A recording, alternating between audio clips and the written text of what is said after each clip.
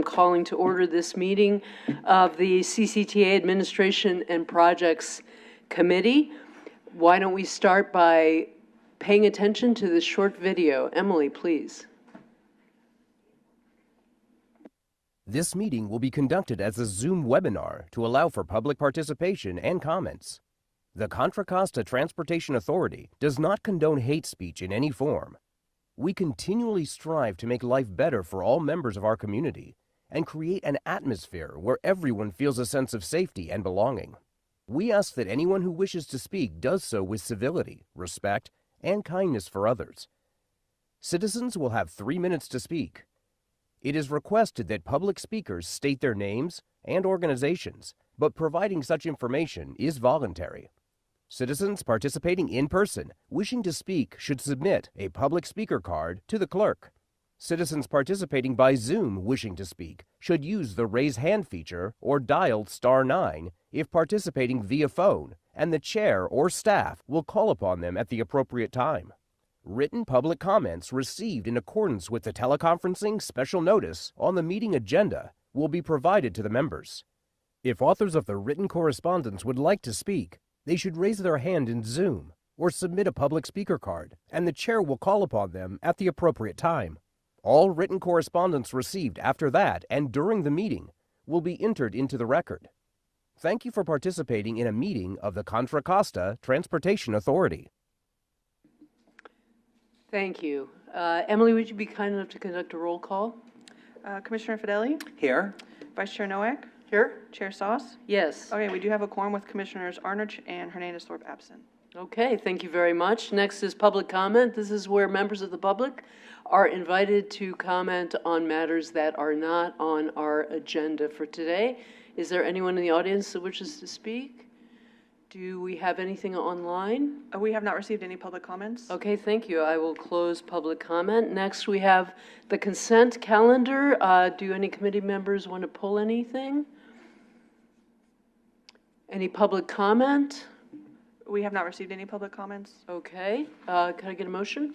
I would move that consent calendar. A motion, Fideli, second, Noack. Emily, roll call, please. Vote.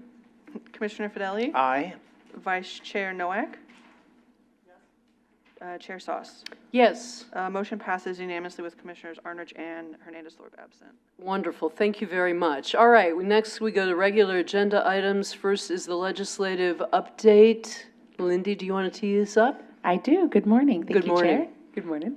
I'm happy to introduce Mark Watts to provide us a state legislative update this morning. Thank you, Mark. Morning, Mark. Welcome. Good to see you as always. Thank you. Happy to report that all the work on Interstate 80 between Davis and here continues to be a blessing. It took me less than 2 hours today to get here. It used to take me 3 just to get to Davis, so I'm very happy. Anyway, thank you for having me here today. There's not a lot of real meaty stuff to go through today, but there's some good contextual information I'd like to share with you. And I'll do it as quickly as I can before my voice wipes out again. Looking forward for this upcoming session that actually started on Monday the 2nd, we're looking at some issues in the following areas. I'm looking at some improvements to the transportation competitive grant programs, the processes that they use. I don't have any details on that, but I'm looking that's going to be something we're going to be seeing some bills on. The other area will be possibly, and I think this is going to happen, a discussion about new funding concepts to replace the fuel tax as that starts to diminish in terms of quantity of fuel sold, and therefore the amount of taxes collected diminishing. So those are probably two of the biggest things I see coming out at this point in time. Some other areas of transportation legislation I know a little bit more about. I did mention the SB1 grant eligibility. That is going to be addressed by a bill by by CalCog and the self-help counties. I have not seen the details on the bill. I expect to see language being circulated, and we'll make sure that it gets to staff right away if it doesn't come directly to them through those two organizations anyway. One interesting development is kind of taking off from an idea that was buried in a Senator Dodd bill to extend the sales tax for the Smart Rail program. It also contained language that linked the ability for a transportation agency, in this case SMART, to the election code authority for that would allow these special districts to allow voters in their jurisdiction to pursue an initiative based on the agency's tax authority. I do know that, again, Self-Help County Coalition and CalCog is preparing legislation to do this across the board for all local transportation agencies and RTPAs.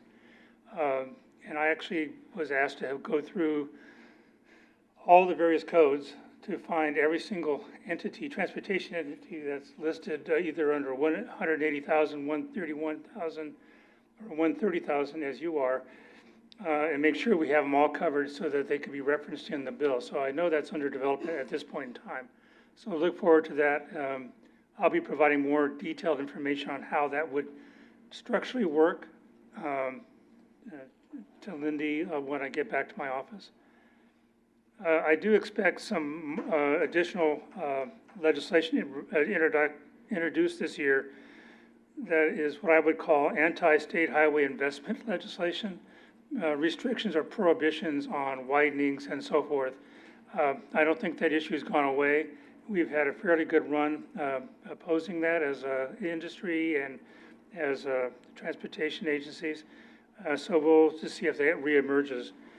In addition, I believe the state is going to pursue the codification yet again, and probably straight up and down this time, through their CAPTI Climate Action Plan for Transportation. So we expect to see that, and that could be fraught with unintended consequences if we don't deal with it straight up and get a good bill passed for them. Finally, there is a developing concept to address state VMT policies and the mitigation costs that arise from projects, particularly on state highways. It's been seen, observed that the existing practice relying on state interaction as projects are being developed, we're starting to see overestimated cost impacts for highway projects due to overall project costs being increased by the mitigation costs. So we want to take a look at that, and we're not sure if it's going to be through a budget review process or through a bill, but I know there's a lot of work going on in that area. Just a couple of short words on the election. In the Assembly, in both houses, Democrats continue to have fairly decisive supermajorities. In the Assembly, they hold 60 of 80 seats. In the Senate, it looks like it's 31 out of 40. There's one up and down that I haven't followed this week, so that number may be off. And for the first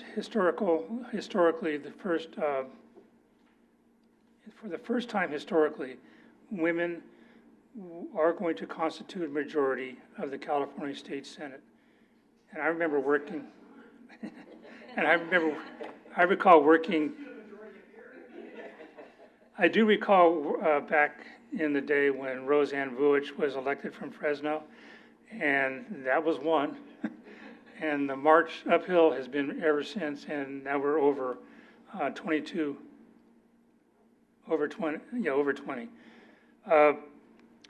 I think I discussed state ballot measures last time, the success or not success, particularly the success of the bond acts, but anything else failed.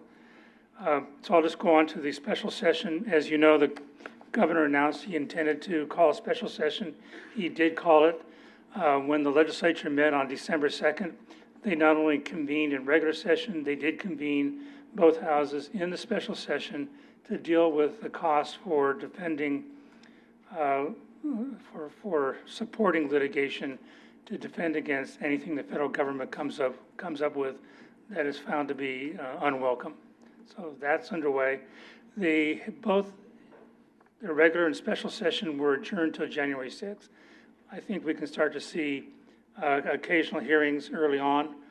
maybe once or twice a week, to make sure that the special session language is agreed upon by all three parties, both houses and the governor, and it allows for the litigation costs to be augmented to the current year budget.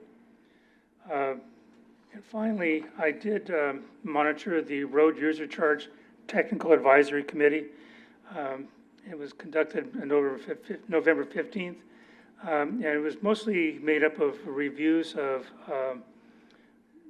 various CTC reports, and the two most interesting were a report on the financial impacts of RUC, road user charge, on supercommuters. And I think you'll see that this region has a number of supercommuters who make the long haul by car, not just by bar, but by car. And the road user charge needs to be developed in a way that's fair to the long distance travelers, as well as they've also done an assessment of the impacts of a road user charge on rural communities. So with that, I would bring it to a close. There's only been several dozen bills introduced on that first day, and I've found 5 or 6 of note, but I'm going to wait until January 6th before I start assembling a table and matrix of bills. So thank you. Thank you very much. Paul? Yes, thank you, Mark. Can you repeat your comments on VMT? I didn't quite get if it was a bill or a study or what the issue was there. Yes, I will. I'm sorry. I didn't mean to interrupt you. There's been some, I won't say findings, but some estimates produced with the help of the CTC and other organizations that look at the mitigation costs assigned for mitigating VMT, and they're finding it to be, as you know well here, very expensive. In this case, doubling the cost of an improvement project. And there's a lot of folks that are unhappy with that, because that takes away the ability for the funding sources we have to meet the needs that were projected when they were developed, because it's eating it away, and it's going to be spent on mitigation rather than necessarily in making the improvements that were promised either under SB1 or under local special taxes. So that was a CTC released information? Well, there's been discussions with the staff. There's nothing formal issued by them, but there's been conversations, because they have to review every project that comes through. And they've observed that it's very costly. They haven't made any findings or any declarations, but they have noticed that it's higher cost, and that's alerted some folks in the industry. And people are concerned about the finding of being more expensive, or that a report is coming out? Just the, I won't call it a finding. I did do that a couple times. Yeah. The estimation that it looks like it's very expensive than it needs to be. Okay. That there may be better ways to do it. And part of it is the interaction with the state, as you get forced into almost a negotiation, if I understand correctly, on what that would be. So it's not a set and firm, you have a VMT iBank or a bank. You are in free fall for every single project. You don't know what the boundaries are or the guardrails that could protect you against being excessively. So there could be legislation. Maybe. There could be legislation. Okay. Thank you. Sue?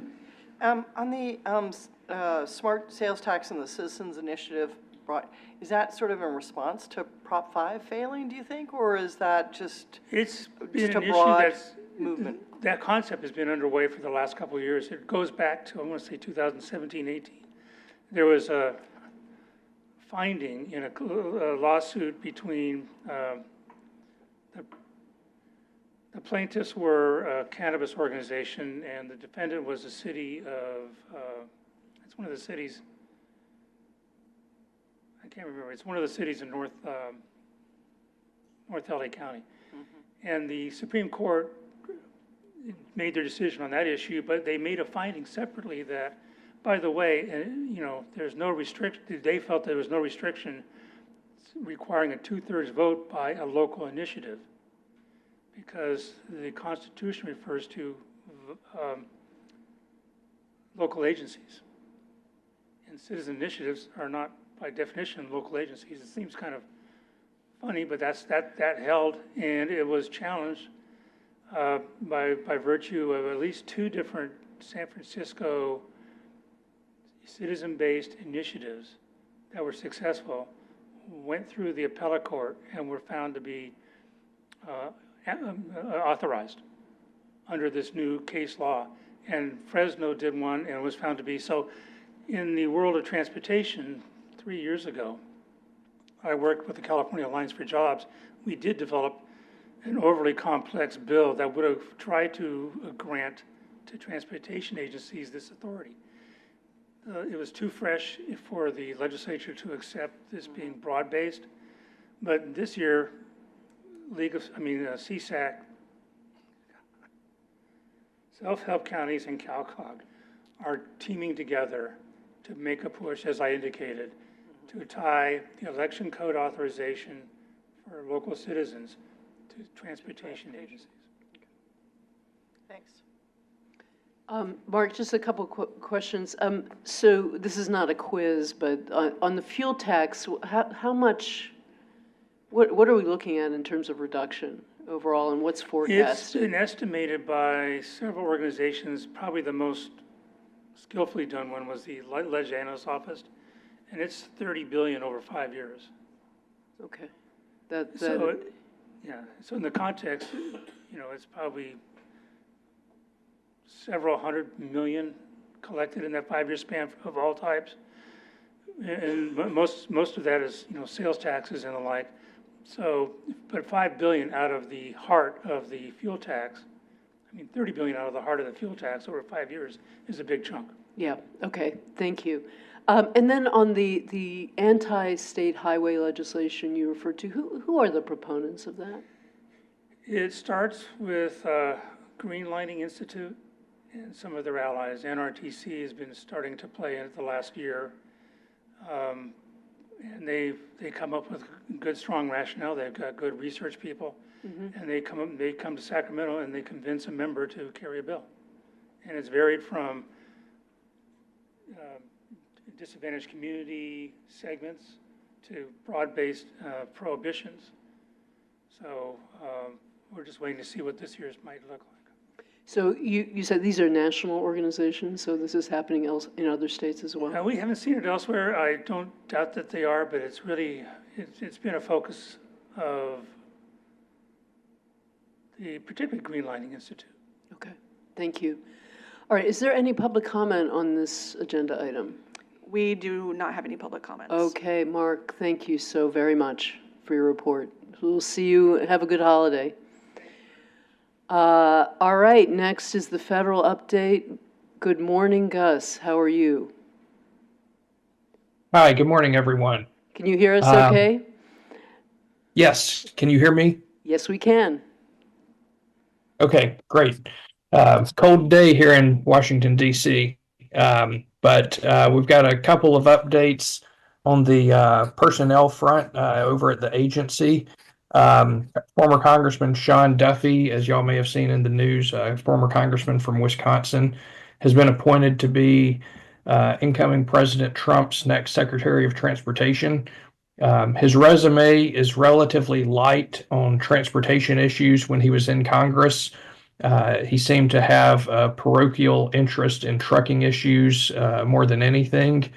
But he will be meeting with senators of the Senate Commerce Committee next week. They will be a pivotal group in confirming his appointment through the Senate in the beginning of the new year. At this point, we're expecting he gets confirmed. He's not considered as controversial as some of these other names that are more in the limelight these days. We're also still waiting on official word about the modal administrators at the agencies there, like FTA and Federal Highways, and we'll keep y'all posted as those come about. Shifting over to Congress for the rest of the lame duck period, I'm expecting that Congress will pass a national defense package over the next 2 weeks. The House will be moving its defense policy bill and a water resources and Army Corps bill beginning next week. Then attention will turn to a continuing resolution. Unfortunately, time has run out and the leadership was not able to agree on a budget deal to close out this year. So this continuing resolution, or CR, date is still under consideration. They're weighing options between late January through March. And this will extend the FY24 spending levels until an agreement is reached for the new federal fiscal year 25. The incoming Republican majority wants to have its final say in writing those bills and having a new presidential administration enact that. The transportation piece of this legislation also includes, and is still under consideration until it's done, includes Congressman DeSaulnier's smart signals project request and also Garamendi's mobility hub project request. So we are monitoring this as it continues to get extended. I also understand we've had some productive meetings with the Capitol Hill allies this week, and also career staff and others at the federal agencies.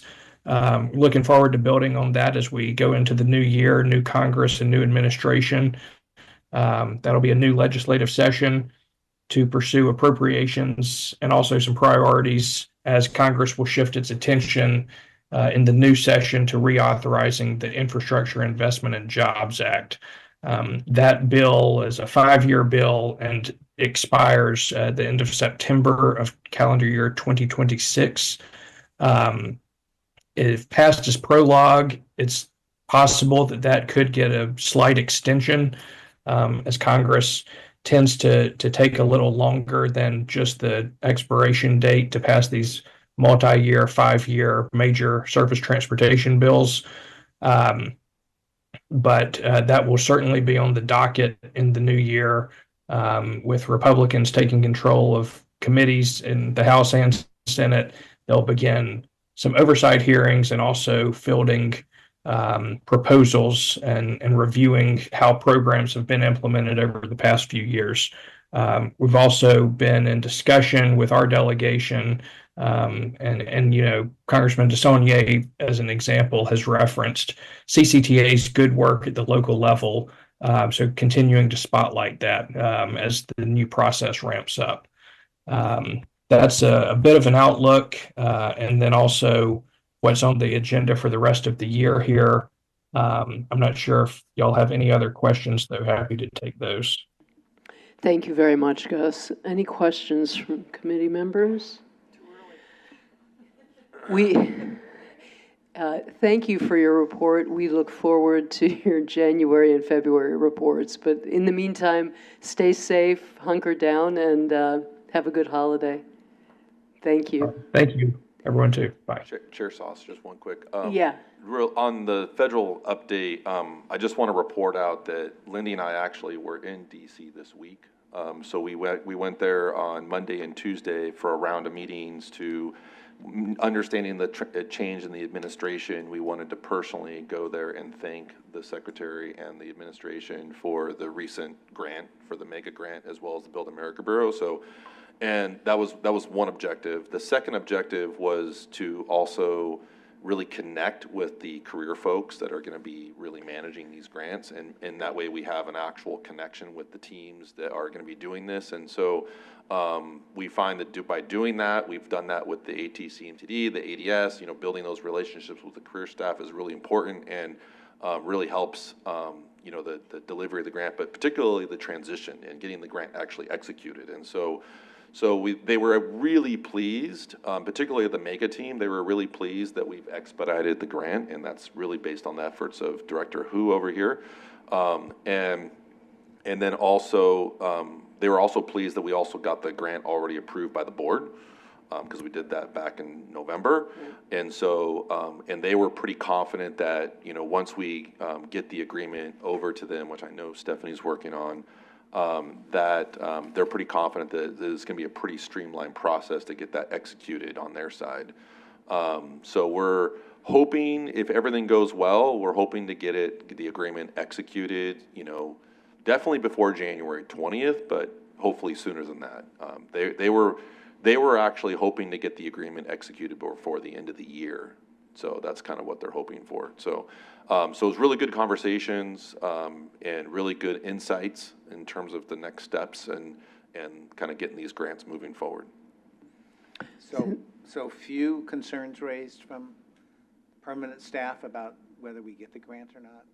So there was, the only issues, I mean, I think there's always the wild card. I think everyone acknowledges that there's the wild card. I think the mega team was really focused on getting this 6 million obligated as soon as possible, like getting those funds allocated before January 20th. I mean, the 160 million tranche is in the FY 26. There was, some concerns that could happen there. I mean, but it's going to be interesting. I mean, and that's coming from staff, right? And so I think the people that were most concerned was actually Senator Padilla's office was probably the most concerned. I think everyone else was pretty confident that the funding was going to stay in place. So, yeah. I don't know if Lindy, if you want to chime in on anything, but I think that covers it. No, I would just agree. And every meeting we were in, somebody used the word expedited. So I certainly think folks were thinking of us and really appreciated us coming down to just sort of build this relationship so that if we do send out an email saying, hey, we need some assistance or we're working on getting this through, folks were very interested in being helpful, which is great. If the agreement is signed, do they actually have the capability of reneging on the grant? Or if it gets signed, is that? Anything's possible. Okay. Yeah. Yeah. Historically, no, but But history is not relevant. right. Thank you, Lindy and Tim, for making the track out there. I think that was time well spent, and really appreciate you being proactive on this, because I think it will reap benefits down the road. Any public comment on this? We have not received any public comments. Okay, well then that closes this item. Gus, thanks very much. Have a good day. All right, next item is a request that we accept the annual, or recommend to the board that it accept, or do we accept the annual audit report? Does the committee accept it or the board? It goes to the board for approval. So Okay, we'll do a thank you. presentation here that goes through it. Okay. All right, so Brian, is this you or? This is not me, but I'm going to take the opportunity, since the microphone is on, to thank Yuli for her work over the last 3 years of putting these annual audits together. And if any of you sit on your individual cities and counties and understand the work that goes through to get it to this process, Yuli has done an excellent job. And so, Yuli, I'm going to turn this over to you, and thank you. Good morning, Yuli. Thank you. Thank you for all your good work, and good to see you.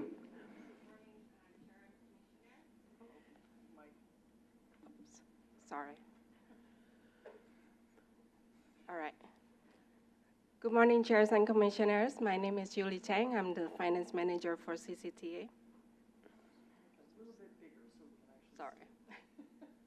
First time. No problem. Happens a lot. All right. So I'm here today to present the annual audit, and David Alfie from Mason Associates is going to be joining me in a minute to talk about their audit role and their audit process. So I'm here just to give you a quick update. As you have seen the interim financials for June, and we went over that in a little bit of detail in the staff report. So today's presentation just a highlight since the annual comprehensive financial report, or the ACFR, includes all the accruals, the debt service, all of the different inflows and outflows related to pensions and OPEB. So we'll get to that. So what's in the ACFR? The ACFR mainly consists of three sections. The introductory sections has the letter of transmittal that really talks about the authority. Certificate of achievement really shows we do everything possible to have full disclosures, and then being transparent, and also we are staying up to date with the government reporting standard. There is board members list and the organizational chart that really shows everybody in the authority. The financial section, there is the independent auditor's report. We receive a clean audit, and David will talk about it as well. Management discussion and analysis. This is the one part in the ACFR for you to read, as it really goes into the details and talk about everything that we've gone from the revenue, the expenditures, and where we're changing from years to years. I would say a lot of the changes that we have from year to year is on the capital project side. That explains why sometimes you will see a budget of 230 million or 250 million. It really depending on where we are in delivering those projects. For financial statements, we have government-wide financial statements and the fund financial statements, as well as notes to financial statements that really provides additional information and context to the figures that presented in the financial statements. And then lastly, we have statistical section that really shows a 10-year trend of the authorities' financial information, economic and demographic information, as well as the operating information. And we'll cover that briefly through the presentation. So in here, as mentioned, management discussion and analysis, it really goes into the detail of the authorities' financial activities. In here, you can see the comparison analysis of the authorities' net position to the prior year balance. The number one you want to look at is the assets. What are the assets? What are the liabilities? And in the net positions. So if you look at on the bottom, you see a negative number, and you always wonder why we have a negative number in there in the net position. So ideally, we want to have more assets and liabilities, but with the authority has constructed a lot of projects over a number of years. With that, we have debt to fund these projects. And so we have that, but there's no, we don't own those projects. So then there's no capital assets to go against it. So that's why you see a negative number. So as you can see on the bottom of 2023, we have a negative net position of 330 million, and the balance went down to 284 million, and that's because we paid off about 29 million in debt payments. There is interest payments on top of that as well. In terms of cash and investments, we have 114 million. There's an accumulation of cash since Measure C and Measure J have been in process, and hopefully with the next 10 years to go, we will be able to deliver all of the projects that we've promised to all of the cities. And then there's restricted cash and investments. That's about 15 million. That's really the set aside every month as we collect the sales tax money. There's a portion of interest and principals that sits inside U.S. Bank for our next, for future debt service payments. So that money is taken on the top of the, taken off the top before it gets to CCTA for principal and payments that we made twice a year in March and June. Non-current assets, we have net OPEB asset there.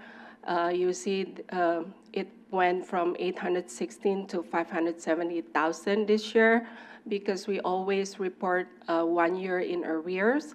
So if you see CalPERS investment return slightly dropped from 6.1% in fiscal year 22 to 5.8% in fiscal year 23, and that's why you see the drop there. Capital assets, we do have a lease that we've capitalized in there. So it increased this year due to the authority signing a lease extension through 2032. So that's why you see the increase there. As we pay the lease every year, that's about 500,000 a year.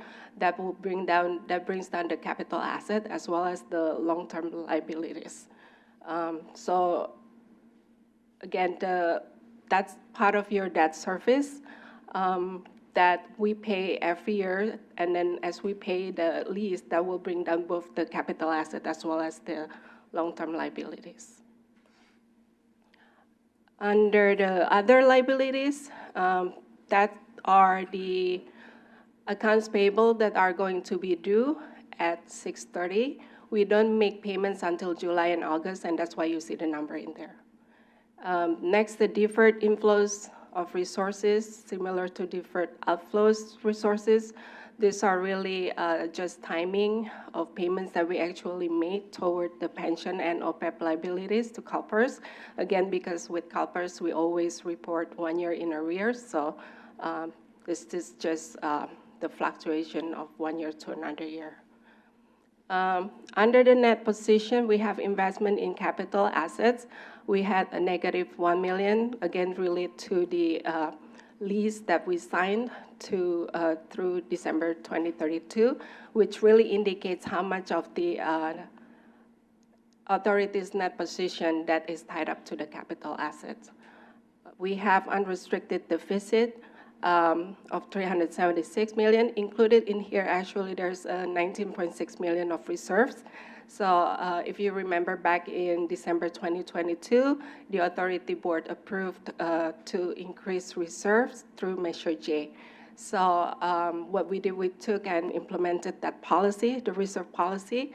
We set a budget of $117 million, and we got $121.7 million this year. So there's an increase about $4.7 million plus interest in the reserves.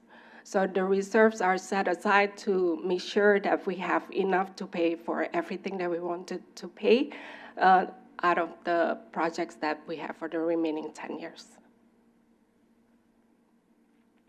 On the next slide here, statement of activities, we show we have a sales tax about $121.7 million. It's down a bit since the previous year. Other general revenue or losses, we had $6.7 million. This relates to the interest revenue that you have. Included in it is $2.2 million of unrealized gains on paper. So the increase on the unrealized gain market value is a result of the change of the is a result of the decreasing interest rates during the period, which resulted in the increase of the market value of the securities held.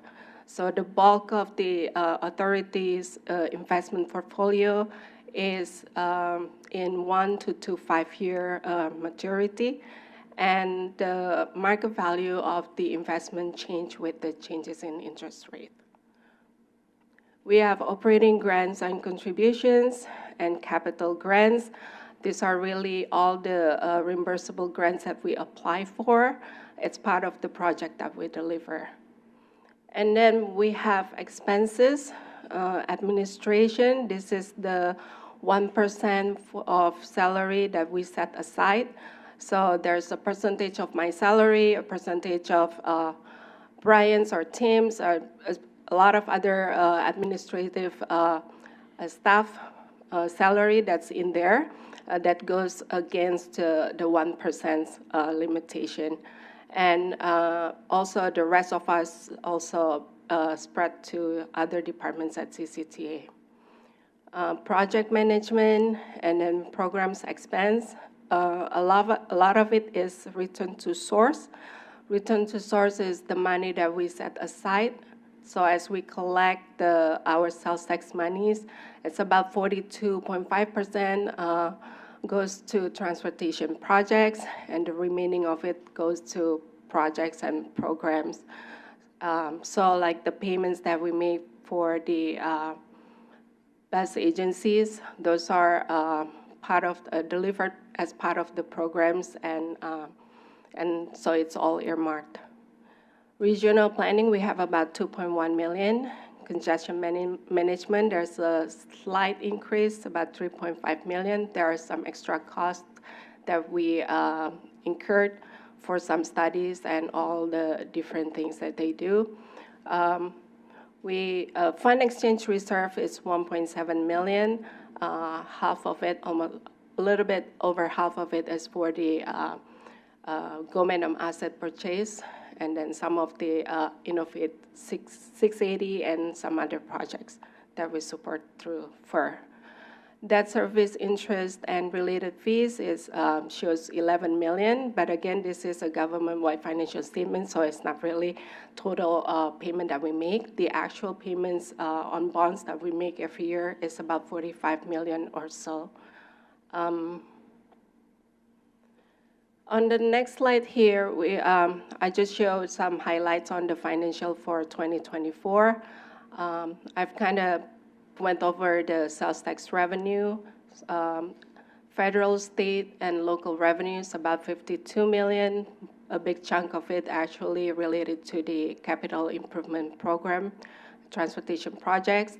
We received 1.7 million for congestion management and 1.6 million from TFCA for the transportation demand management. Administration expenditures,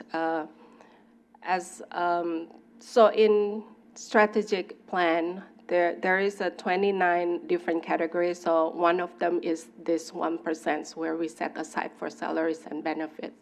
That is 839,000 for fiscal year 2024. So it's about 0.7% of the 1% limitation. Program expenditures, again, this is an allocation of expenditures. We have local street maintenance, which is about 21%. That's 21.1 million this year. We also spend about 54.6 million of transportation project. The three major projects is the interchange improvements on I-680, SR-242, Iron Horse Trail, bike and pedestrian overcrossing that is still going under construction, and the I-680 carpool lane gap closure. We have, again, I think I mentioned earlier, the debt service expenditures, about 45 million. 26 million of it is for principal payment. In the notes to financial statements, we really go into more detail of all the figures that were presented in the financial statements, and I think I kind of go through some of them already. Cash and investment, we have 129 million. 71 million is invested in the managed investment. We use public trust advisors that help us to manage our investment, and a lot of it is in U.S. Treasuries. Local agency investment fund, about 42 million. Long-term debt, a total of 398 million. We really go into all the different bonds. We have 2015, the 2017, 2018, and the 2021. Out of that total, 4 million is for the lease liabilities that we sign up. We always try to be fiscally responsible. So whenever we can, we try to achieve cost savings. One of the ways we do it is by refinancing the sales tax revenue bond that we currently have. And that's one of the items that Brian's going to talk about as we are trying to attempt to refinance one of the bonds that we have. Pension, another major component that we really monitor is pension and benefits. Other post-employment benefits. As you can see, CalPERS in fiscal year 22, their market return was 6.1%, and then it went down to 5.8%, and that's affecting the calculation for the pension liability and the net OPEB assets. We always try to monitor and make sure that we are not too far away from being the ideal funded status.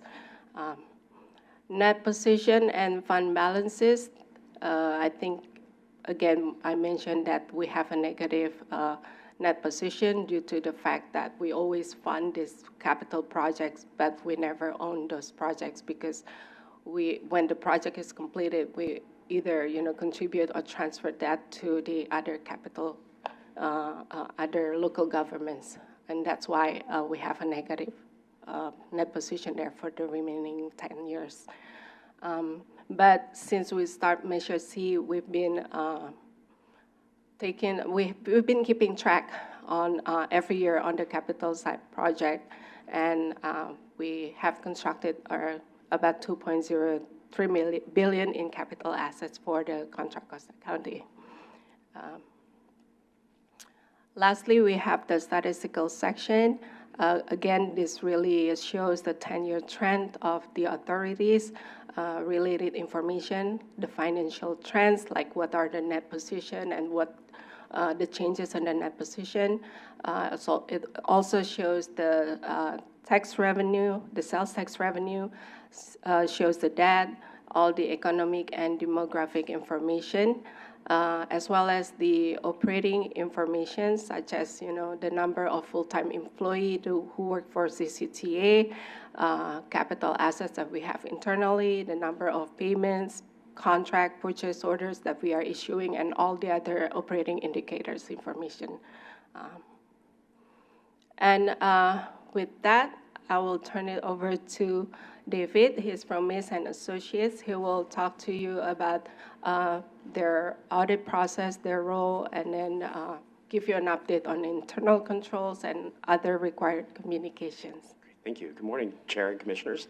My name is David Alvey. I'm a CPA and audit partner with Mays & Associates, and we are the authority's independent external auditor.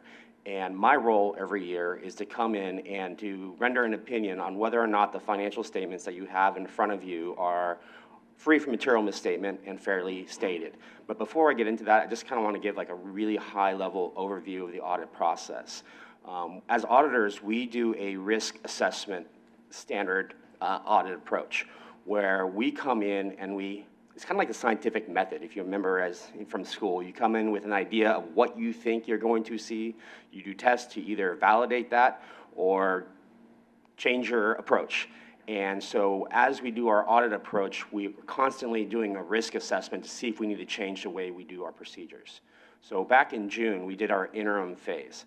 And so this is before the books are closed. And we're looking at internal controls, the internal control environment. We're making sure that not a single person can initiate, approve, and book a transaction without a second set of eyes, because that would be ripe for error or fraud. And so we come in and we look at your payroll, we look at your journal entries, look at your disbursements to make sure that you're following your purchasing policy and your payroll policy and your investment policy for your investments that you have, that you're following the California code. And we do all that testing, and then we get an idea of what the bones of CCTA are. And that changes our risk. So if you had no controls, we would have to test a lot more of the balances at final, not the case here. But so after we turn off that part of our brain, and the interesting part about that, the interim phase, is when we find something, like if you didn't follow your purchasing policy on a $1,000 purchase of a computer, that would hold the same clout if that was like a $100,000 piece of equipment. So there's no dollar threshold. We want to make sure that the bones are there. So after that, we get an idea of the internal control environment. We come back at final. That was back in September, once the books are closed. And now we're looking at balances. Now materiality comes into play. We send audit confirmations to your bank, to your investment advisor for the debt, to your legal counsel, to make sure they validate the numbers that are on the financials in front of you. And then we do certain tests. We do an analytical review where we start looking at last year's numbers to this year's. And I come up with questions. Why did revenue go up? Why did your lease liability go up because you extended your lease here at this building? And we do our testing of the actual balances. And then once we're done with that, and we get the legal confirmation that there's no outstanding liability that we need to book, we get management's representation. Management signs a letter saying that they've given us everything in full faith, not withholding any information, and they take ownership of the financials, because that's one thing that we have to remember is these financials are management's financials, and I, as an independent auditor, am an outside party coming in and saying, yep, we concur that management's financial statements are free from material misstatement. And so getting to that, on page 1 of the annual comprehensive financial report is my audit opinion. And technically, that's the only piece of this financial document that my firm owns. And I'm pleased to say that it is an unmodified or clean audit opinion. And that's the highest level of assurance that a CPA firm can give an entity. So congratulations, you passed your audit. We also have what's called a Memorandum on Internal Controls and Required Communication. Now, this is required from government auditing standards for me to tell you that we had no material misstatements, we had no significant deficiencies. Let me go back. A material misstatements would be that something material can flow through the internal controls and not get caught. We have nothing to report there. Significant deficiency is something significant can flow through that internal control environment, not got nothing. And then the catch-all is other matters, and we have nothing there. The required communication piece is the last part of that document, and I'm required to tell you that I had no disagreements with management. I had no disagreements with management's accounting assumptions. In accounting, we have to use estimates, fair market value of assets, or useful life of assets, fair market value of investments, even technically the assumptions, the rate of returns for CalPERS and other post-employment benefits, those are also management's assumptions that we have to sign off on. So no issues with those. We had no scope limitation. We had no misstatements to report, and we don't think that management had a second CPA firm waiting in the wings just in case my firm didn't issue an unmodified audit opinion. And with that, I just want to thank Yuli and Brian for all their help during the process, and just want to tell you, you guys have a really strong finance team, and the fact that you get a clean opinion is good, but it also reflects on the whole year worth of work to get here. I come in just twice a year to do my work, but your staff here is here every day making sure that you have strong internal controls and correct financial reporting. So I thank you for that.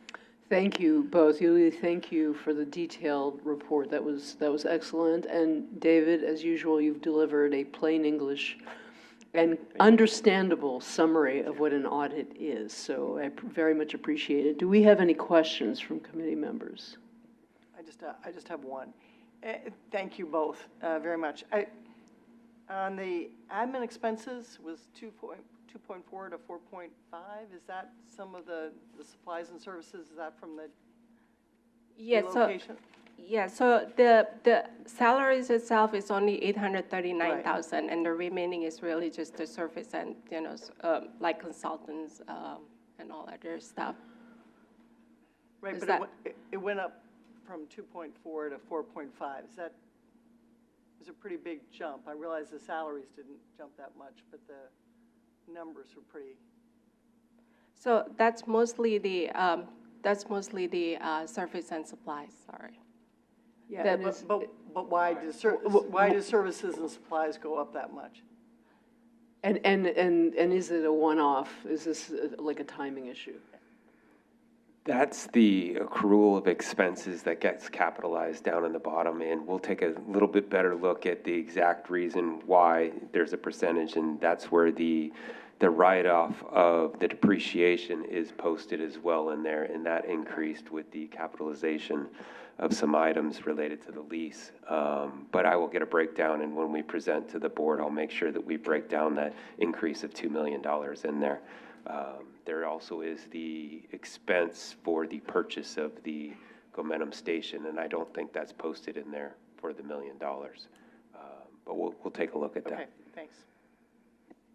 And just to follow up, so Yuli, if I understood correctly, so on the bottom line on the expenses, they went up 25 million from over last year, but as I understand it, most of that is attributable to the increased investment, if you will, in programs and transportation projects. Is that fair?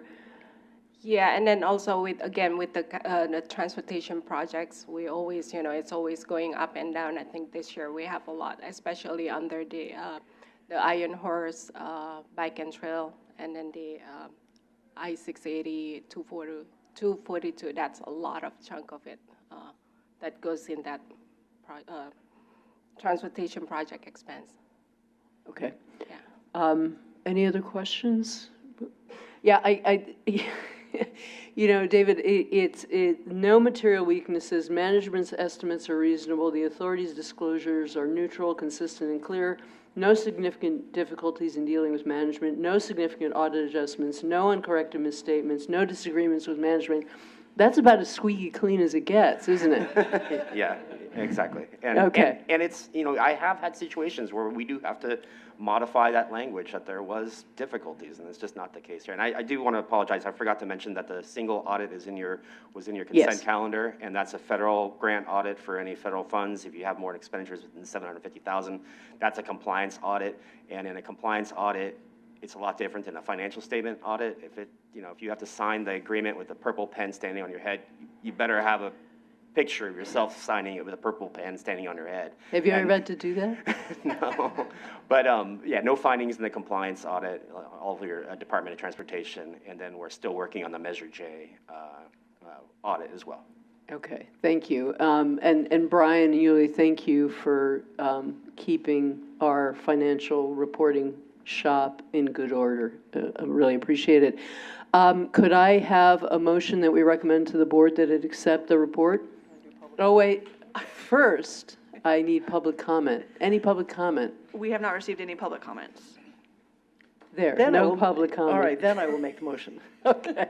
And second? Motion Noack, second Fidelli. Emily, would you call the vote? Commissioner Fideli? Aye. Vice Chair Noack? Yes? Chair Sauce? Yes. Motion passes unanimously with Commissioners Arnrich and Hernandez-Thorpe absent. Thank you very much. All right, let's move on to item C, which is the Interstate 680 State Route 4 interchange improvements, authorization to execute amendment number 6 to the agreement. Ivan, is this you? Good morning and welcome. Good morning, Chair and Commissioners. Ivan Ramirez, Director of Construction. And as part of some of my duties, I also take on design work, as you can see here. But this is an action item related to the interchange at I-680 and State Route 4. I don't know if you remember a few meetings back, I gave a comprehensive update, and I delineated the 5 phases, and we completed phase 3. Maybe went to that claim process. And so the project has been divided into several phases. Originally, they undertook phases 1 and 2A because at that point, believe it or not, the cost was 270. I'm sorry, phases 1, 2A, and 4. Sorry, let me backtrack. Originally, we undertook phases 1 and 2A because we thought that that's how much money we're going to have to put it out to construction. At some point, we successfully competed to get more money to add phase 4 into the design. So we undertook the design phases 1, 2A, and 4.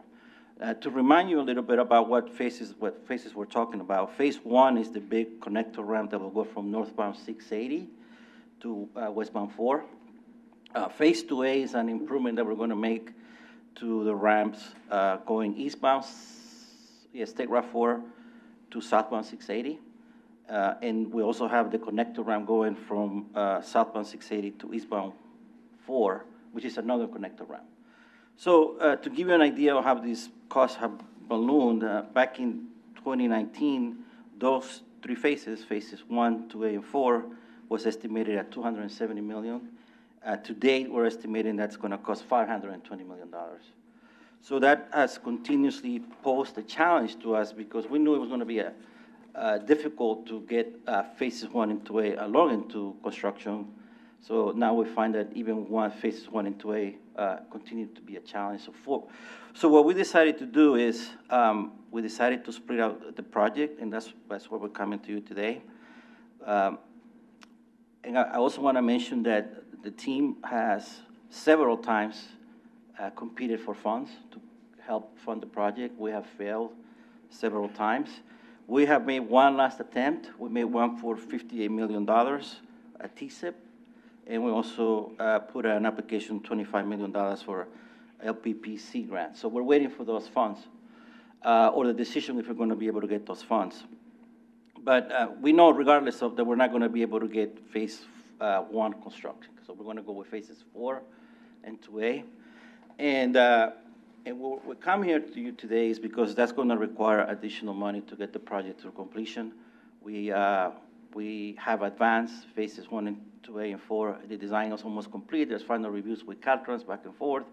But now we have to take a step back and break out, the plans, the specifications, and revisit some of the permits and so forth. So that's where we are today. The plan is if we get the funds that we competed for, the $25 million and the $58 million, we might be able to get phases 4 and 2A into construction.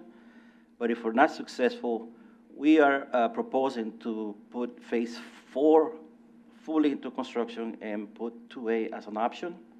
So depending on how the bids come in, we might be able to offer.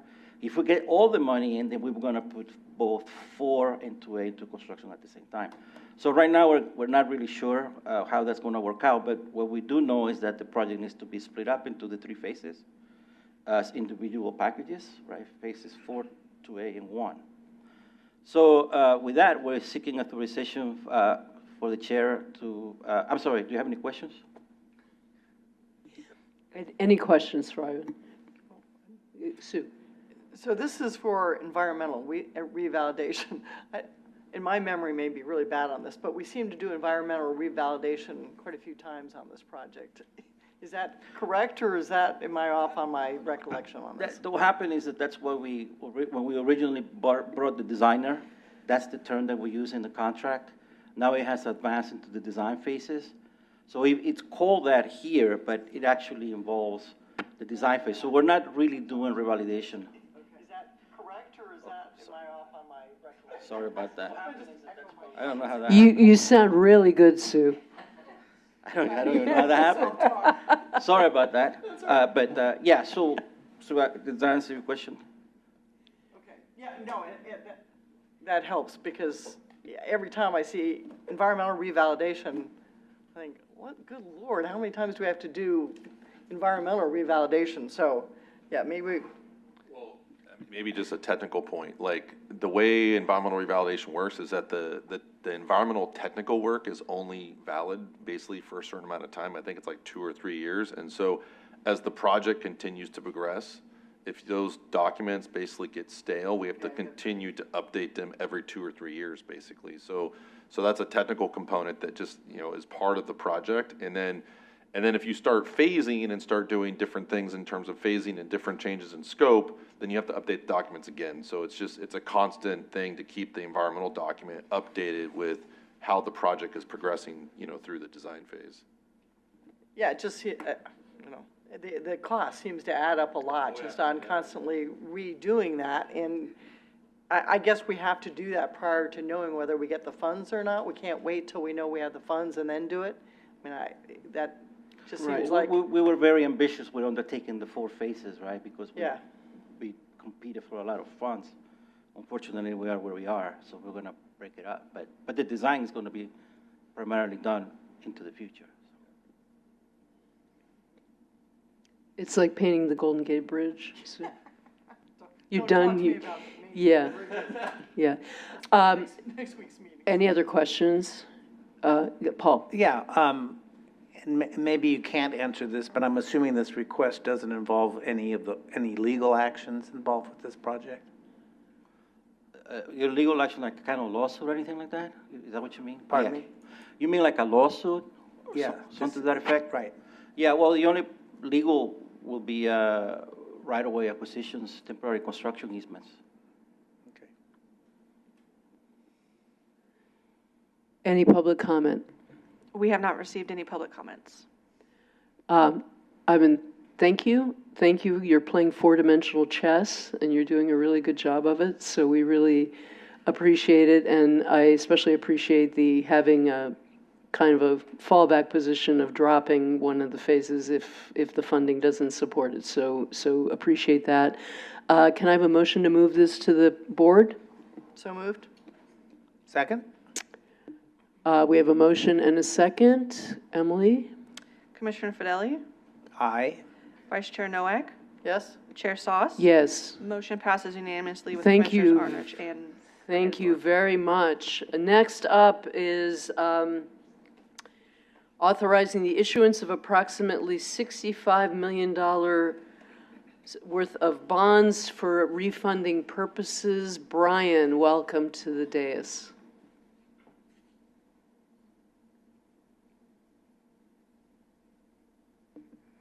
Good morning. Good morning. Chair and Commissioners. My name is Brian Keller, the CFO for CCTA, and sitting alongside me is Melissa Schick from K&N Public Finance.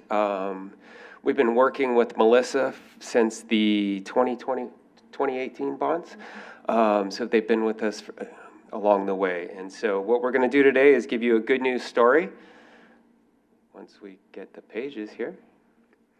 So our action items today is the approval of the refinance of the 2015 bonds to achieve debt service savings. And so approximately 2 months ago, we came to the board and asked if we could start this transition, start looking into it, and we had some estimated savings in there. And the rule of thumb for a lot of agencies is usually around 6%. If you can save 6% on your bonds, you know, the total interest cost and find some savings in there, it's a good news story. Right now, based on market conditions, I don't want to take Melissa's thunder here, but we're going to go through it in a few minutes.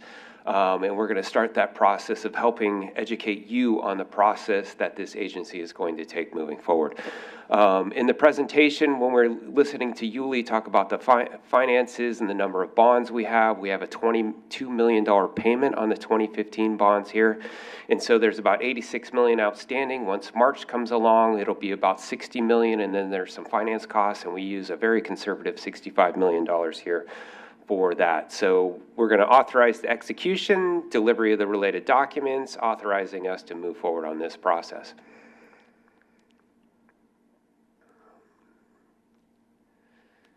And so here we go. Here's a look at our existing CCTA bond program. And if you see the original par right there in the middle, $455 million. Over a number of years, we've refinanced, and this is something what we've done historically throughout the issuance of the bonds.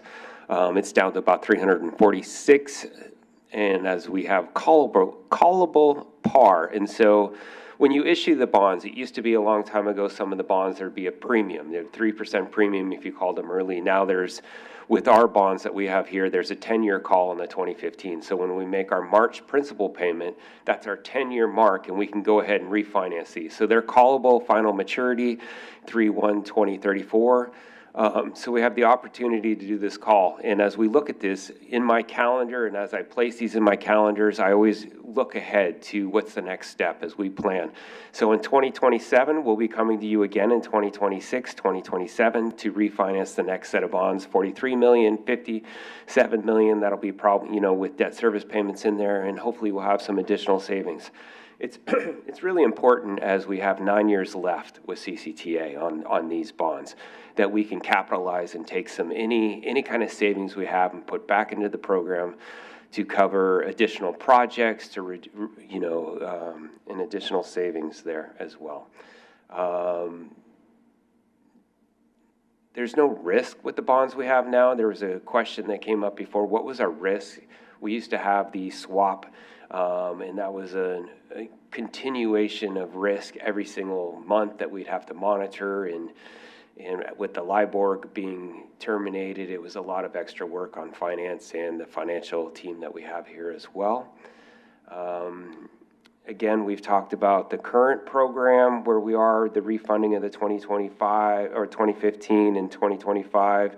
Again, in 2027, we have the opportunity, and again, at 2034 is the end of our last payment in March of 2034. So with this, I'm going to turn over the objectives to Melissa and go ahead and kick us off on the next step. Good morning, Melissa. Welcome.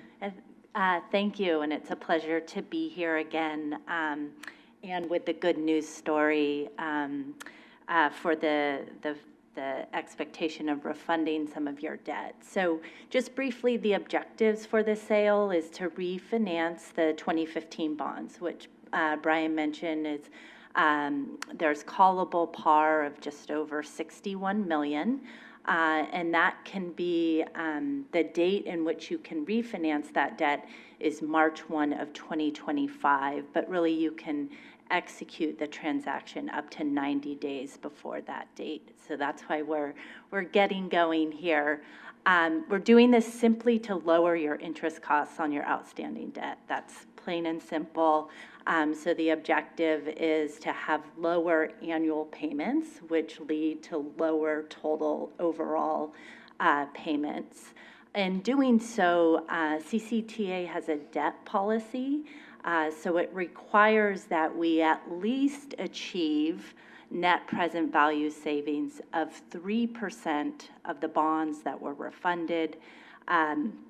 Brian mentioned some agencies, strive for a higher objective, and as I'll get to that, we're kind of the expectation is that we're well above that 3%. But just know and understand there is a policy that we wouldn't refinance your debt unless, we achieved your policy of 3%. And then the expectation is that we would maintain your risk-free debt portfolio. We got you out of all of the other stuff, and we're now in the business of tax-exempt fixed-rate bonds. So your final maturity will be the same, and we don't expect to change the structure, right? The refunding bonds will just have level annual payments, but lower than what you're paying now. So this is just a graph of tax-exempt interest rates. CCTA was last in the market in June of 2021 at incredibly low levels, and that's why we were able to get you out of your swap and fix out your debt at some, a favorable rate in doing so. As you all are aware, as all of us are aware, interest rates have increased over the last several years, and that's what this graph is showing. But as highlighted in the box to the right, while we've seen increases over the course of the year, and certainly leading into the election and some of that volatility, rates are starting to come down again. And the hope and expectation is that as we get into the market later in January of next year, that we'll continue to see some decline in rates. And I also want to note that we ran the analysis for your staff, the staff report, and this presentation shortly after the election volatility. So it was in mid-November. And since that time, the 10-year tax-exempt rate has come down 20 basis points. So again, the analysis that we're showing you, and we'll turn to the next slide, of the expectation of achieving present value savings of approximately $5.6 million and 9% of refunded par was based on an interest rate environment higher than what we have today. So that's kind of a conservative estimate as we think about approaching the market. And so just briefly, it'd be a single series continuation of a pledge of your sales tax revenues. Interest rate will be based on your very strong credit ratings. Rich rates CCTA at AAA, and S&P has you at AA+. And then just a level refunding debt service structure. So level annual savings, which we approximate right now of $715,000 a year. So as savings improve and interest rates decline, average annual savings would increase. So we expect to issue the bonds on a competitive sale basis. And we call this out because historically CCTA has issued their bonds through a negotiated sale process. The reason you have done that is because prior transactions have been more complex. You've had variable rate debt, you've had interest rate swaps, we've had in 2018 and in 2021, we unwound a portion of your interest rate swap, which required some direct negotiation with the underwriter for doing that. So that required bringing an underwriter on board at the start of a transaction and working with the underwriter through the sale process. And ultimately, on the day of sale, we would negotiate the interest rates with a pre-selected underwriter. For this transaction, it's incredibly straightforward. CCTA has the highest credit ratings. The market knows and understands the sales tax revenue pledge. All of these features are kind of consistent with a competitive sale platform. And that simply is on the day of sale, we would offer up bonds to all of the underwriters in the tax-exempt municipal market and ask them to bid on your bonds. And the underwriter would be selected based on the firm that provided the lowest cost of borrowing to CCTA. So it just provides more competition for your bonds, allows any underwriter to bid, and you would select the underwriter that gives you the best deal on the day of sale. And so that's our current expectation for selling your bonds, though your resolution allows you to either issue the bonds under a negotiated sale or a competitive sale should, as we get into the pricing process in January, should the market warrant a different method. So this is kind of the base case where we're pursuing, but we do have the flexibility in working with Brian and our team to shift to the negotiated sale process. So our timeline is that we're here with you today. We'll return to speak with the full board and get their formal approval on December 18th. And then following the holidays in mid-January, we'll present to the rating agencies and ask them to rate the refunding transaction. And then we'll release an official statement and a notice for inviting bids to the market. And then my firm and my colleagues will call all the desks in the municipal market and make them aware of the sale. And then the expectation is that we would price the bonds in late January and close by February, ahead of that March 1, 2025 call date.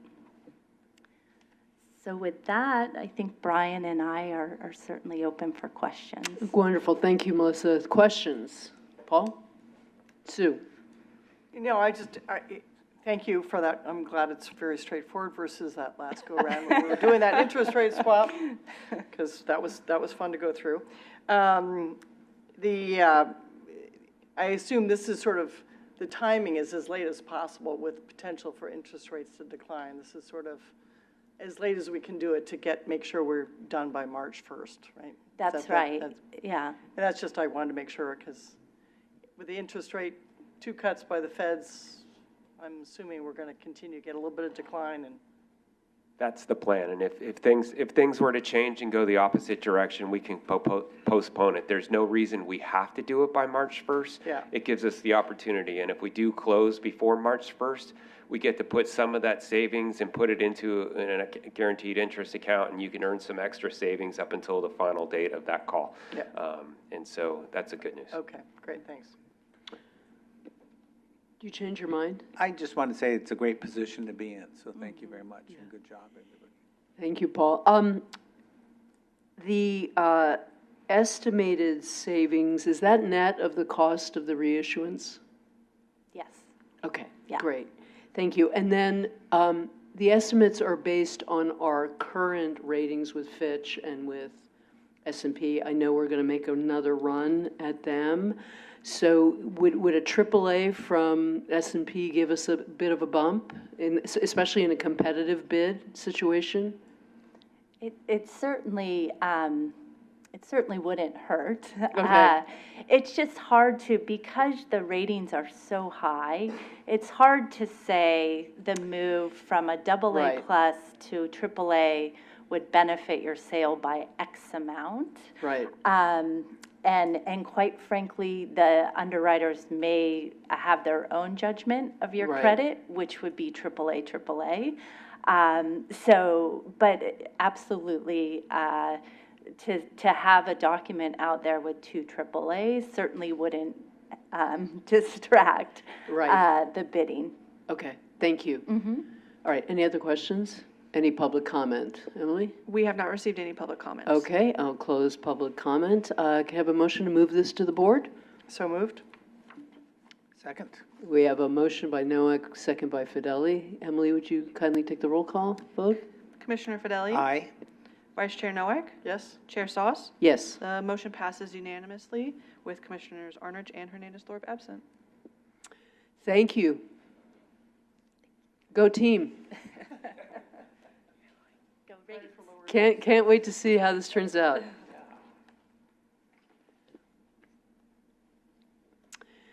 All right, the next item is an action item, and it's related to the Mobility on Demand agreement with BART.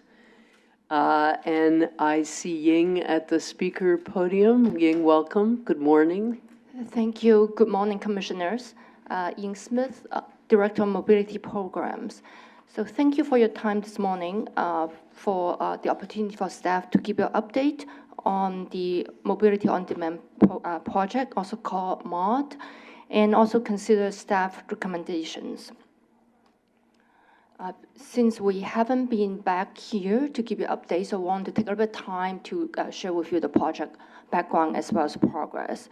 So first, pretty just bring everyone on the same page. What is MOD? The MOD app will integrate the API of the mobility access, public and private transportation services with the trip planner and payment functions. It will provide personalized mobility options based on the traveler's needs, and also to enable end-to-end journey paid for by the traveler with one single payment. The MOD project is funded by an $8 million grant from the Federal Highway Administration. CCTA is the lead agency, and with several partners involved. We began this project in March 2020. The goal of the project is to aim at reducing traffic congestion in the I-680 corridor and the surrounding communities.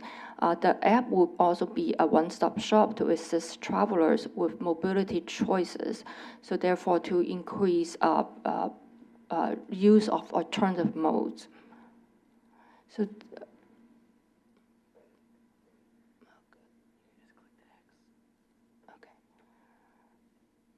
So just want to share that this is the multiple services available. This is called a multifunctional app, and as you see here.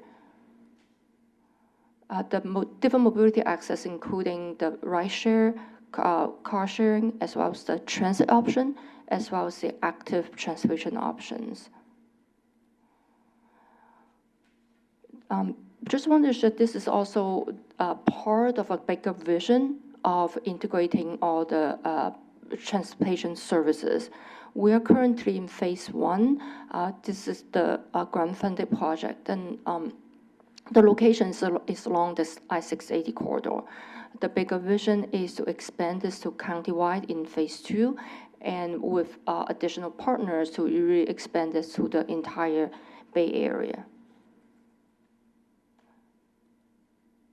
Our phase 1 schedule, as I mentioned, we started the project in 2020, and we did experience some delay, mostly caused by COVID. I will go into a little bit more details. The goal is, our current schedule is to launch the app in the spring of 2025 with an 8-month pilot. As I mentioned, there are multiple partners, as we mentioned here, both from the public and private sectors. Today's subject is about BART, and BART is a very key partner because they're the developer of the app itself. And just want to share some different features. Here shows that a user can find the nearby options, and then they can also purchase the ticket. And further, we believe this is a one-stop option for people to look at different options, not only transit, but mostly we also integrate carpool, car share, share autonomous vehicles, as well as the TNC options. Trip planning, you're probably very familiar with, and what is important is the in-app payment and ticketing. In addition, the reward is also integrated, so people, especially when they choose the so-called greener travel options, they get extra rewards by using the token concept. So they can use the tokens to pay for trips after they earn the rewards. I guess the not so good news is I want to share with you the project challenges and our current status. As I mentioned, COVID has the biggest impact. What COVID did was the impact on those mobility access providers. For example, it's mostly car share and bike share. Some of the vendors ran out of business, and then some of them left the area, the service area we're looking at. And not only we have to engage those partners, those vendors, we also have to change our process, which makes us less efficient throughout the process as moving forward.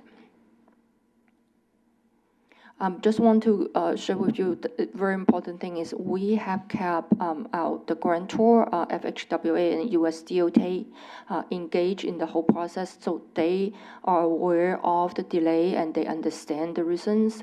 They granted the extension to September 30th, 2025.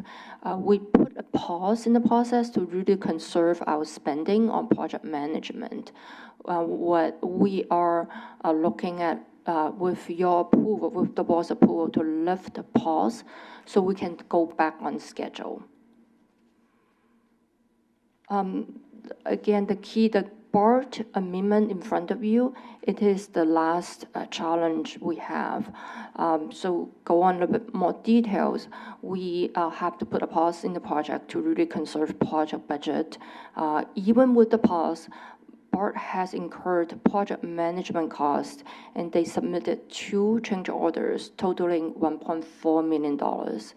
Authority staff have many conversations and negotiation with BART, and with the executive team's engagement, staff reached an agreement to pay additional $550,000 to BART to settle the 2 change orders. So with your approval, we will be able to lift the pause and move to the next steps to put the project back on schedule. So the staff recommendations in front of you is to approve Resolution 2465P, which will authorize utilizing $550,000 in the FAR fund, FER funds, and also seek the authorization for the chair to execute Amendment 1 to the agreement with BART with this additional $550,000. That concludes my presentation, and I'm happy to answer your questions. Thank you. Tim, do you have anything you want to add before we take questions? Yeah, I mean, on this project, I mean, as you can tell, it's been challenging. It's got a lot of factors involved. You know, COVID was a really big impact, you know, to the project. And I think the other big part of the project is just the fact that that BART is in a completely different, you know, financial situation as it was today compared to what it was in 2018 when we submitted the grant. And so I think that's a big challenge for the project. And I think that what we're realizing is, you know, the other is the impact of COVID has also impacted our vendors. And then the other thing that also impacted us was the transition of Gomentum Station. And because AAA was intended to do the car share, they backed out of Gomentum, they backed out of the grant. We took care of all that earlier this year. And I think through multiple other agreements, we've been able to get a new vendor involved. And so I think we're as Director Smith has talked about, we're getting the project back on track. Are we out of the woods yet? I wouldn't think so. I think there's still a lot of challenges in front of us. I think our goal is to work with BART, get this project into operation, get it operational, you know, get that done hopefully by early next year. with hopefully another potential amendment with the Federal Highway Administration, for that to be able to accommodate that full 8-month demonstration period that we've committed to in the grant. So I think right now it's kind of heads down, pencils down. As you can tell from a lot of the pictures and what we call those skins from the app, there has been a lot of work done on the app. The last element to this is really integrating the car share component into it. And based on my conversation with BART leadership, they're committed in doing that. And I think we're hopefully with this amendment, we're ready to move forward. Will BART come back with more potential cost? Potentially. That'll definitely be an ongoing conversation with BART as they continue to move through the project. And so we're, CCTA staff and BART staff are working collectively to, help minimize impacts to the budget of the project. But, there could be a potential additional cost to the project, based on the work that we're going to be doing. Thank you, Tim. All right, questions? Sue? So how does this all work with, all the work being done at Clipper 2 regarding ticket purchases and things like that? That seems to be a part of this app, yet Clipper 2 has obviously been delayed and all the work they're doing. How is that? Yeah, I think one difference between the MOD app and the Clipper is a transit app, a transit payment. And this is a multimodal, multifunctional app. We integrate different modes because we understand there are many choices in front of travelers. What we really want to provide to them is what works for them for that particular trip. So even say a transit rider could choose to use car share because they may have an appointment and an interview that is important, so they don't want to be late. So that's one big difference. And we don't see that Clipper will replace MOD and vice versa in the next 3-5 years time frame. Maybe in the longer term, there will be just one app that rules it all, but that's not what the industry looks like at the moment. So, the car shares right now all have their own apps, right? Uber and Lyft use their own app. And then Yes. Clipper is working for all the transit agencies, including BART. So I'm still struggling with how this integrates purchasing anything for either the car share or Clipper. How does that? I'm a little confused as to what this is going to do differently from that. Beside the planning aspect, I understand the planning aspect, but when you mentioned, purchasing tickets and, doing that kind of thing, then I'm struggling to understand where this is going. Right. Again, Clipper is for transit, right? Right. The MOD app, the users will open an account and use the account to pay for either a transit trip or say a bike share trip or a TNC trip. So that wallet depends on the mode of your choice. So it would interact with Clipper and it would interact with Uber or Lyft or whatever the TNC is. With Uber, the TNC is a so-called deep link. It will interact in the way. So deep link is more the technical term behind the scene, but for the users, it's seamless. So they can use the wallet to pay for those trips. Versus Clipper is really strictly a transit app. Right. Now, I just wanted to make sure that we were making sure they were integrated, because otherwise you could do a trip plan, then you'd have to go out and get Clipper. Yeah, I would just add that. Which is difficult enough as Yeah, it is. yeah. So number one, Clipper 2.0 is not available yet, right? So I think once Clipper 2.0 is available, I think we would try to integrate, into Clipper 2.0. I think the way the current MOD app will be deployed is to Director Smith's point is it'll be very much a wallet, where very similar to your Apple Wallet that you have today, where you've got your Clipper card in your Apple Wallet, you have your Visa card. And so the idea is to really integrate the MOD app primarily with the Apple Wallet, so that way you have access to ways to pay for things in the MOD app. And so you're more in this wallet. the concept of actually like purchasing a ticket and having a ticket like in the wallet, like advanced purchase, that's not how the app is going to be set up. It's very much, you're going to be able to, as you're moving through your journey, the app will be integrated into the wallet of your phone to be able to move through your journey and pay for things as you're moving through your journey. So like, for example. So it'll go into my Clipper card? Yes. Yeah, It'll say, okay, you need a Clipper card, and she's got a Clipper card in her wallet, but not to actually purchase the Clipper card. That's exactly right. You have to do that separately? Yeah. Okay. And the TNCs? Same thing. So Similarly. TNC, you would like, as you're moving through, so let's say you plan this trip and you need to take Uber and BART. So then as you begin your trip, then you would, same thing you do today. You order your Uber, it comes, it picks you up, takes you to BART. You get to the BART station, you scan your phone. It kind of basically integrates the payment into the journey to make it more seamless. Yeah, hopefully that makes sense. Well, we'll see. And the second question was on this, on this rewards concept. I understand where are the funds going to come from to pay for the rewards under this kind of system? Or haven't we figured that out yet? For phase one, the funds is included in the grant. When we expand that is a bigger topic because whether we see reward as a marketing tool to encourage more trips, or there are other grant funds to support that. So phase one we're covered.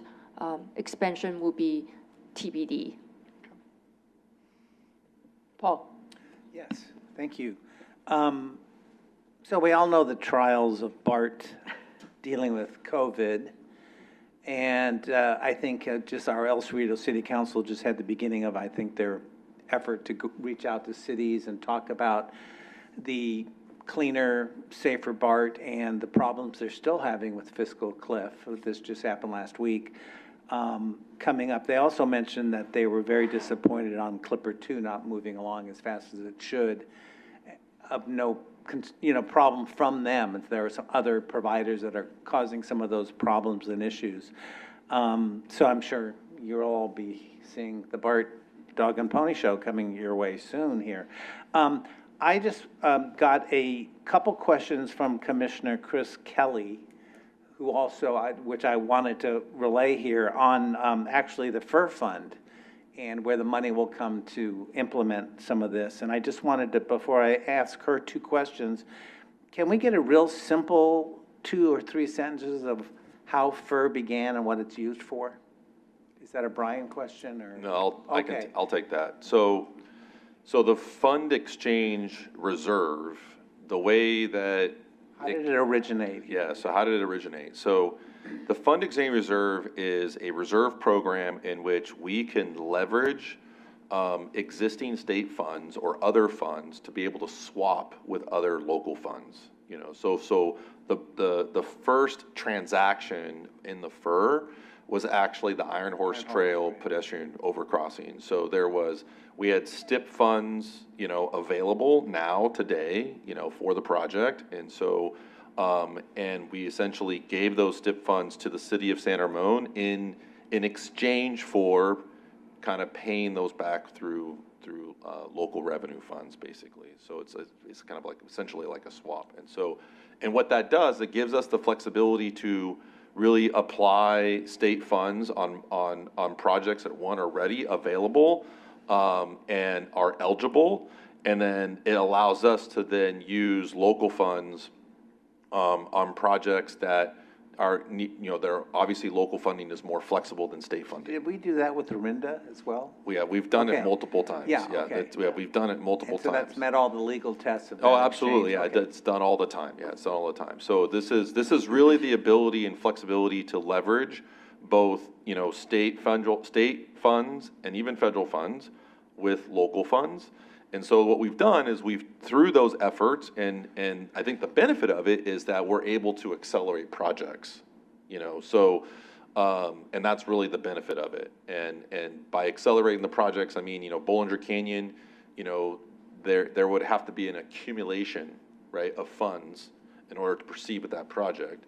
and by being able to advance, in order to advance and give state funding in exchange for local funds, it helps the project advance and accelerate the project. And you use FER for leverage also? So or- the fund exchange reserve was primarily created two things. One, as I just mentioned, accelerate projects, but two, also, given the fact that we have limited Measure J dollars in the future, right? And we continue to look at our programs, we want to be able to continue to remain competitive for state and federal funds. And so, so the idea is to use the FER on grant-funded programs. That's primarily the primary use, is to use it on grant-funded programs. And so programs like this one, ATCMTD, the Automated Driving System Grant, right? And so, and it's been a great way to continue to remain competitive with state and federal funds as those opportunities come up, and we have the local match, the flexible local match, in order to pursue state and federal funds. Okay. Let me ask the two questions then of Commissioner Kelly, and I'm just going to read what she texted me. So if we approve the $550,000 to pay BART out of the FER, that brings the current total of FER funds used to date to $11,309,000. So how much now remains in the FER? And if we have used it for a lot of, because we've used it for a lot of expenses in 2024. So she wants to know the remainder. So right now, I don't have the exact numbers, but there's over $14 million in the FER. So if I remember right, based on all commitments, there's roughly about $3.5 to $4 million left over off the top of my head. But I can get back to you on the exact numbers if you'd like. Yeah. So, do you have the numbers, Brian? I can give you the exact amount. So we've done several allocations that total 14.387, almost $14.4 million. We've allocated out, like you said, $11.3 million. That leaves a remaining balance of $3,077,000 that's in there. And a lot of the funds aren't due to come in until later on, in the next several years. And so we've allocated out that money already. So, yeah, that gets to her second question of how does CCTA anticipate adding to the FER going forward? I would assume we'd be looking at doing some more fund exchange agreements and minimizing the allocations until seeking those out, really looking for those. Yeah. And as Tim explained, it was the potential loss of STIP funding for CCTA that allowed San Ramon to move forward, and it was a win-win for both municipalities. Okay, thank you. Any other questions? Any public comment? We do not have any public comments. Yeah, Ying, thank you. Tim, thanks for your comments. I mean, I guess just looking at the timeline, it looks like time is becoming of the essence. And, I'm in favor of advancing this to the board for its approval. But I think it's important that all the parties involved in this prioritize this project and devote whatever resources are necessary to make it come in on time and on budget. I know we're doing that here at the authority, but I think that, and if this amendment doesn't work out, then I would look forward to hearing what Plan B is. So I think that's a good question. So I think as we're working with BART, and if there's as I mentioned earlier, if there's any additional cost that continue to arise, I mean, we will address that on a case-by-case basis. But I believe we'll be able to get this project done with BART and implement the project and implement the application.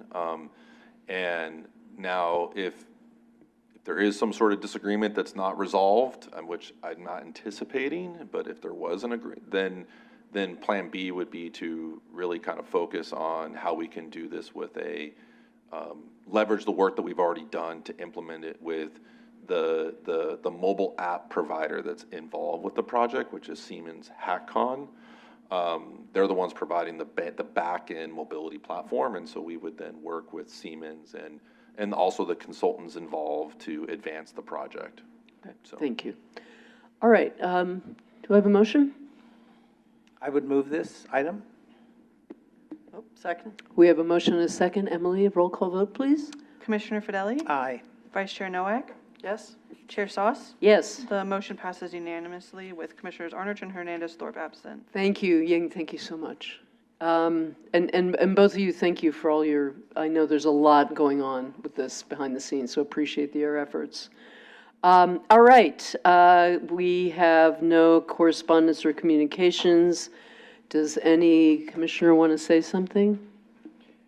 I want to remind people that Monday is the MTC special meeting to discuss the potential legislation for a measure. Could be a long day on Monday, but just wanted to let everybody know that. And that the public comment period is also ongoing for the potential toll increase. So, just good news all the way around. So if you need Sue on Monday, she's not available. All right, Paul, anything? Okay, Tim or staff? Just a couple things related to the transportation revenue measure. We did coordinate with the chair as well as Commissioner Nowak on sending a letter to MTC to capture the discussion that we had at the November board meeting. So that actually just went out right now during this meeting. So Lindy just sent it out. So multitasking. So and just to reiterate, basically, preserve BART, 4-county measure, 90% return to source, county flexible funds, return back to the county, variable tax rate, both sales and parcel, et cetera. So I think we kind of highlighted all those principles that we agreed upon at the last board meeting. Will commissioners get that letter? Yeah, I'll forward this. Okay. Yeah, I'll forward this to everyone later today. Now that it went out, and so and then lastly, we do have our holiday reception coming up on December 19th. So if you haven't RSVP'd for that, please do. And I think that was it. Anyone else? No. Oh, also very exciting is the Presto Martinez shuttle is going to be in the Martinez Christmas parade tomorrow night. Oh, great. So we're all excited about that. Lindy and I will be walking with Brianne Zorn in the parade tomorrow night. Will the BART car be following in the parade? So we're excited about that too. So. All right. Anybody else? Okay. Is this your two last meetings? Yes. Paul, do you want to say anything? Just happy holidays. I guess in February we'll come back to say a little more, but love being with you guys and love this subcommittee. Learned a lot. Yeah, this whole experience, this committee, the board has truly been one of the highlights of my public elected office 6-year career, and I just want to express my gratitude to staff in particular. You guys are best in the business, and I have learned so much from you and my fellow commissioners who have just been an absolute delight to work with, and I too have learned a ton. So I am sorry to be leaving this, but hopefully Paul and I left it better than we found it. Well, I don't know. I don't know about that, but thank you all. But the challenges go on. Housing and transportation is what it's all about in this county. Yeah, but it's in very good hands with this staff and with this board, is how I feel. All right. I just wanted to thank you both. It's been a pleasure serving with you both, and I'll miss you a lot.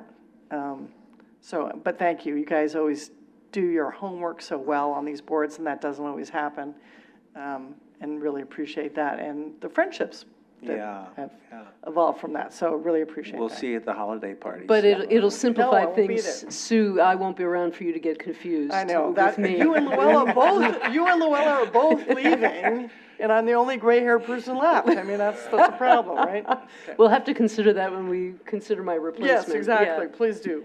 Yeah, I just want to echo Commissioner Nowak's. I mean, just everything she just said, echo all of that. Thank you both for your leadership. It's been fantastic working with you. And it doesn't end here. Once a board member, always a board member. So And we really appreciate all the input, all the insights, all the conversations, all your leadership. I've learned a lot from you. I know the staff has as well. We all learn together, and based on these huge challenges that we're dealing with, and this year and last year have been no exception. And so really appreciate everything that you do, and we're going to miss you both. And we'll have plenty of time to really recognize both of you at the upcoming February board meeting. We'll have you all come back, and we have a little token of recognition that we'll be sharing with everyone. So thank you. Well, thank you, Tim. And just if you need either of us in the future, we're available as overpriced consultants. Plus expenses for you to get Plus here. expenses, exactly. All right. Happy holidays, everybody. And with that, we are adjourned until the next meeting on January 2nd, 2025 at 8:30. January 2nd?